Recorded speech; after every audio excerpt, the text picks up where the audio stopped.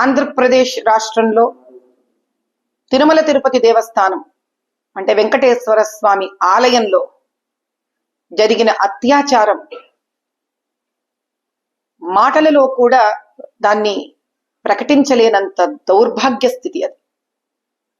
సాక్షాత్తు శ్రీవారికి అందజేస్తున్న కలియుగ దైవమైన వెంకటేశ్వర స్వామికి అందజేస్తున్న మహాప్రసాదం జంతువుల మాంసంలో నుంచి వెలువడిన కొవ్వు పదార్థంతో చేయడం అంటే ఈ జన్మకు ఇంతకన్నా పాపాన్ని అంటగట్టుకోవడానికి ఇంకా వేరే ఒక మార్గమే లేని పరిస్థితి.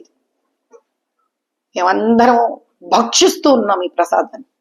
ఎందుకంటే ఇంకా అన్ని జంతువుల తిండి తిన్నాక మనుషుల్లాగా తింటున్నామని లేకపోతున్నాను. నేను భక్షించే పరిస్థితికి వచ్చారు అందరూ కలిసి. తెలియకుండా అమాయకత్వంతో అది శ్రీవారి ప్రసాదమని ఇన్ని వేల మంది కోట్ల మంది హైందవుల ఒక నమ్మకాన్ని భక్తిని పెట్టుకొని మోసం చేయదలుచుకున్న ఆ దుర్మార్గులు ఎవరో గాని పరమేశ్వరుడు వాళ్ళకి పుట్టగతులు ఇవ్వడు. వాళ్ళు ఎవరో తేలాల్సిందే. ఇది ఒక ఆట అయిపోయింది, పరిపాట అయిపోయింది. ఇలా హైందవుల దేవాలయాలను, వాళ్ళ నమ్మకాన్ని, వాళ్ళ సనాతన ధర్మాన్ని వాళ్ళకి ఇష్టం వచ్చినట్టు, వాళ్లకు తోచినట్టు వాళ్ళు వాడుకోవడం జరుగుతోంది. ఎంత భయంకరమైన పరిస్థితి అంటే శ్రీవారి నగలు దొంగతనాలైపోయాయి. శ్రీవారి మణులు, మాణిక్యాలు, విగ్రహాలు దొంగతనమయ్యాయి. ఎప్పటి నుంచి? ఆకాశరాజు ఆయన కుమార్తె పద్మావతీదేవిని ఆయనకు వివాహం ఆడడానికి ఇచ్చిన రోజు నుంచి ఆయన ఇచ్చిన బహుమతుల నుంచి ఉన్నాయి. ఎంతో మంది రాజులు వచ్చారు, ఎన్నో బహుమతులు ఆయనకి అర్పించుకుంటూ ఉన్నారు. అసలు ఆ లెక్క ఎవరికి తెలియదు, ఎన్నున్నాయో తెలియదు. ఈరోజు దేవాలయంలో ఉండిలో నుంచి డబ్బులు ఎగిరిపోతూ ఉంటాయి. ఏమిటి అన్యాయం? 7 కొండలని జప్తు చేసుకోవాలని చూస్తుంటారు. ఎవడబ్బ సొమ్మిది? కలియుగ దైవం ఆయన. కానీ ఈసారి జరిగినది మాత్రం చాలా అన్యాయము, అత్యాచారము. డబ్బు తింటే వీళ్ళు డబ్బు తినే రాక్షసులు అనుకోవచ్చు. కానీ దుర్మార్గంగా స్వామివారికి జంతు మాంసానికి ఇచ్చిన కొవ్వు పదార్థాలు పెట్టి వేల కోట్ల మంది నమ్మకంగా తింటున్న ప్రసాదాన్ని మా వరకు అందేటట్టు చేశారు వీళ్ళు. ఈ శాపం ఊరికే పోదు. వీళ్ళెవ్వరికి ఎవరు చేశారో ఈ శాపం ఊరికే పోదు. కాబట్టి ఇప్పటికైనా మేము ప్రభుత్వాన్ని కోరుకునేది ఒకటే, కేంద్ర ప్రభుత్వాన్ని. అయ్యా ప్రధానమంత్రి గారు, అయ్యా గృహమంత్రి గారు, దీన్ని దయచేసి మీరు ముందు పడండి. దీనికి సిబిఐ ఎంక్వైరీని పెట్టించండి. భారతదేశం సుభిక్షంగా ఉండాలని కోరుకుంటున్నాం.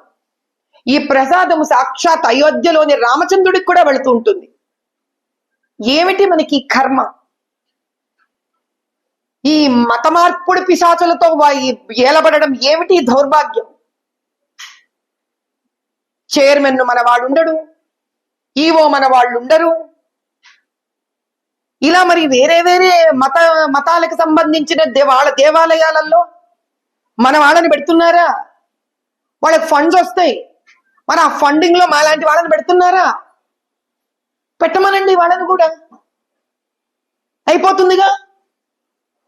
మేము పోయి అక్కడ కూర్చుంటాం, వీళ్ళు వచ్చి ఇక్కడ ఇట్లాంటి పనులు చేస్తుంటారు. అప్పుడు కూడా బహుశా మేమే న్యాయం చేస్తామేమో వాళ్ళకు కూడా.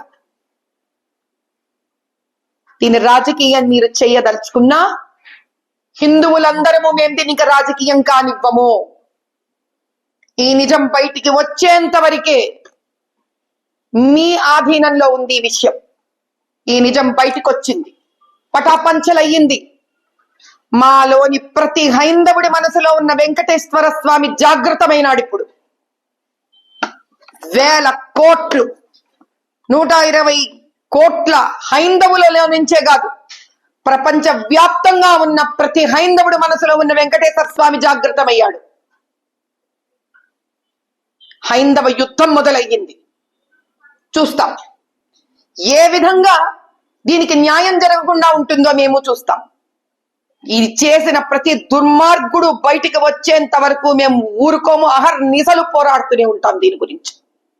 నేను ఖచ్చితంగా పోరాడుతాను. పోరాడి దీని సత్యం బయటకు వచ్చేంత వరకు ఊరుకోను నేను. జై బోలో సనాతన ధర్మ की जय।